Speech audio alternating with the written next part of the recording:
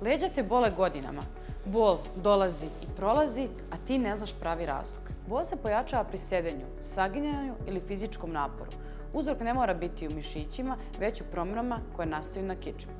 Zato simptomi mogu biti nejasni i varijabilni.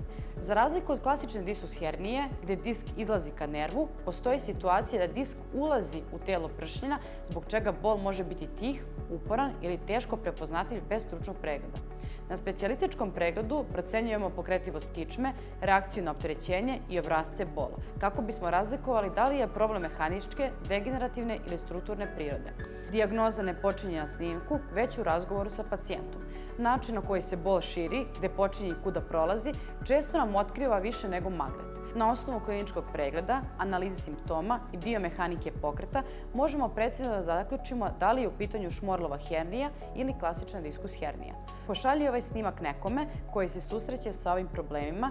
U Spinalnom centru Fizionove ga čeka 30 fizioterapeuta, doktori fizikalne medicine i rehabilitacije sa više od 60 protokola lečenja na raspolaganju. Zakažite specijalistički pregled na vreme, jer ako boli, mi znamo zašto i kako to da rešimo.